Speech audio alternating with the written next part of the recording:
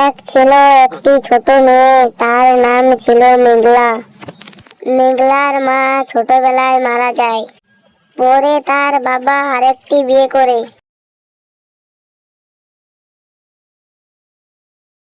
তোমাকে এই কাজ কে করতে বলছে? তুমি খেলবে যাও, আমি আছি তো।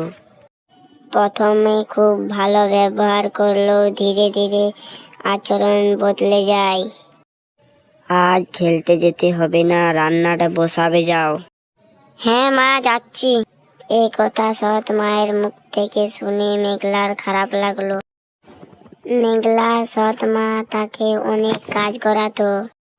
ভোরে উঠে তাকে ঘর পরিষ্কার করতে হতো, তারপর তাকে জল আনতে হতো, ঘরের সব কাজ করতে হতো।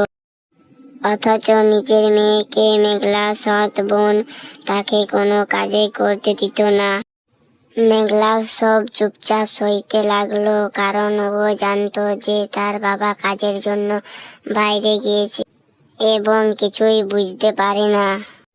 একদিন গ্রামের কাছে এক বুড়ি মহিলা এলেন। মেঘলা তাকে শরবত বানিয়ে এনে দিলেন। লাও দিদামা, আমার হাতে অল্প শরবত খান। তোমার নাম কি? আমার নাম মেঘলা।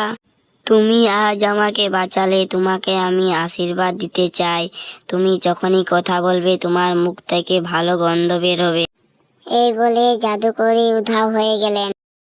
মেঘলা কথা বলে দেখলো, তখনই সুগন্ধ বের হলো।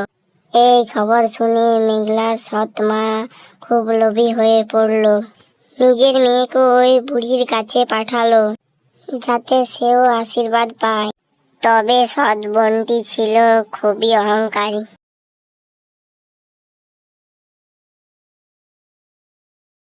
সে বুড়ি মহিলাকে খুবই অপমান করলো।